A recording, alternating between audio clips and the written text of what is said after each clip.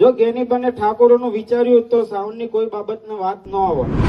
ભાજપ કોંગ્રેસની વાત હું નથી કરતો, પણ એટલું કહીશ કે કોઈ પણ પક્ષમાંથી આપણા સમાજનો દીકરો ઉભો રહે તો પહેલા આપણા સમાજને સપોર્ટ કરજો, પછી પક્ષ કરજો. આ છે સાચો ક્ષત્રિય ઠાકોર. દોઢ ફૂટીયો વિક્રમ. એને દોસ્તો વિક્રમભાઈ ઠાકોરે શું જવાબ આપ્યો છે? દોસ્તો વિક્રમભાઈ ઠાકોર પણ હવે પાર્ટીમાં જવાના છે, ને કઈ પાર્ટીમાં જવાના છે એ તમે દોસ્તો છેલ્લે મારા વિશે એટલો મારો વિરોધ કર્યો, કોણે કર્યો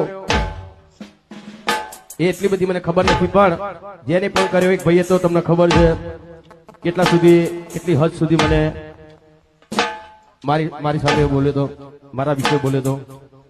પણ ગમે તેમ એ સમાજનું છે એટલે મેં તો એ ભાઈને માફ કર્યો છે, બરાબર. પણ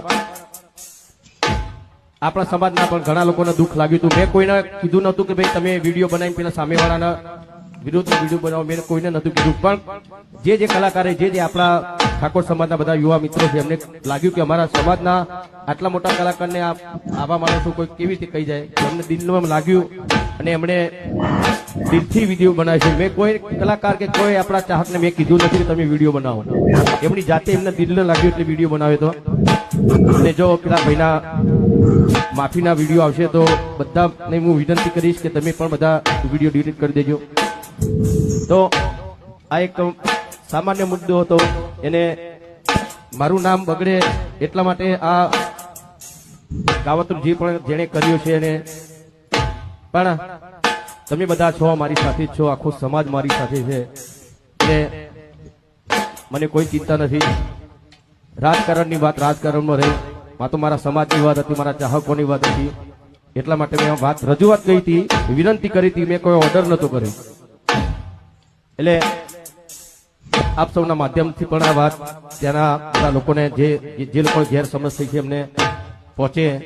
અમારા જે લાઈવ થઈ રહ્યું છે એમાં પણ જોશે ને જમાવટ નામની યુટ્યુબ ન્યૂઝ ચેનલ છે, એમાં પણ મેં ઇન્ટરવ્યુ આપ્યું છે, તમે ચોક્કસ જોજો ને તમે શું કહેવા માંગો છો કોમેન્ટમાં જણાવજો. સાચી વાત છે દોસ્તો આપણા વિક્રમભાઈ ઠાકોરની. દોસ્તો જે દિનેશભાઈ ઠાકોર જે ભાજપના પ્રમુખ છે દોસ્તો, તે માફી માંગીને શું કહી રહ્યા છે? વિક્રમભાઈ ઠાકોર વાલો કે પછી વિક્રમ ઠાકોર વાલો?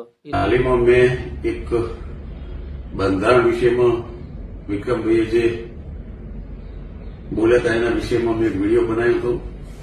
તો એમાં વિક્રમભાઈએ એની સ્પષ્ટતા કરી ઇન્ટરવ્યુમાં કે હું બનાસકાંઠાના જે આ 3 જિલ્લાનું 27 તાલુકાનું જે બંધારણ બન્યું છે એને હું ખૂબ રાજી છું, સમર્થન છે મારું.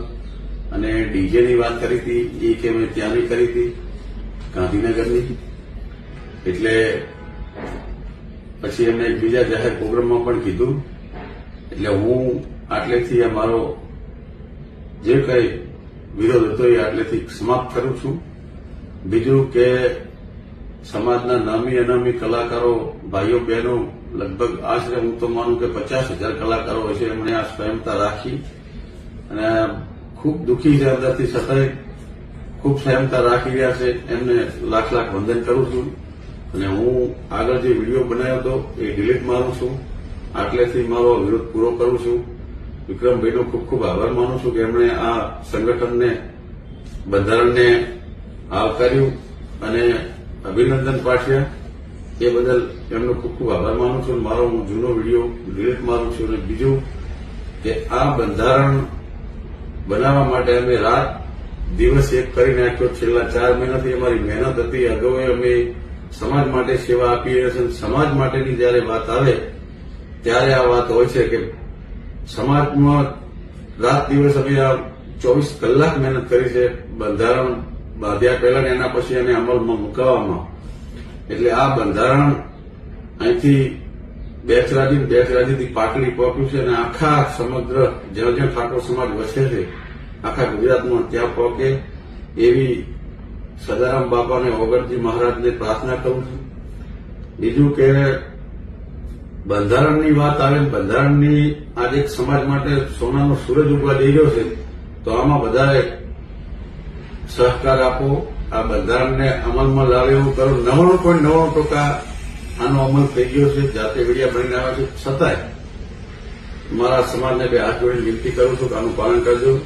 ડીજે બંધ કરાવી, હવે આ ડીજે વાળાનો શું? દોસ્તો ડીજે વાળાએ પણ આ મીટિંગ કરી છે, તમે અને કયા 5,000 10,000 માં કોઈ પણ કયા ઠાકોર ભાઈ આપણે દેવામાં ડૂબી જાય? કોઈ ડૂબી જાય ખરી? તો બસ આ રાજકારણ જ જોડેલું છે, બીજું કાંઈ જ નહીં. જે કાકાએ વાત કરી કે કોંગ્રેસને વોટ ન હાલવા, તો સાચી જ વાત છે. વાત સમજી? કોંગ્રેસ પહેલાથી ડૂબેલું જ છે ને, છે કે નહીં ડૂબેલું? તો એ હવે આપણને ડૂબાવવા માંગે, ઠાકોર સમાજને ડૂબાવવા માંગે છે. 99% સાઉન્ડ ઠાકોરોનું છે. આ બીજી કાસ્ટ પછી આવી, બીજી કાસ્ટમાં છેલ્લા 10% જ છે. 10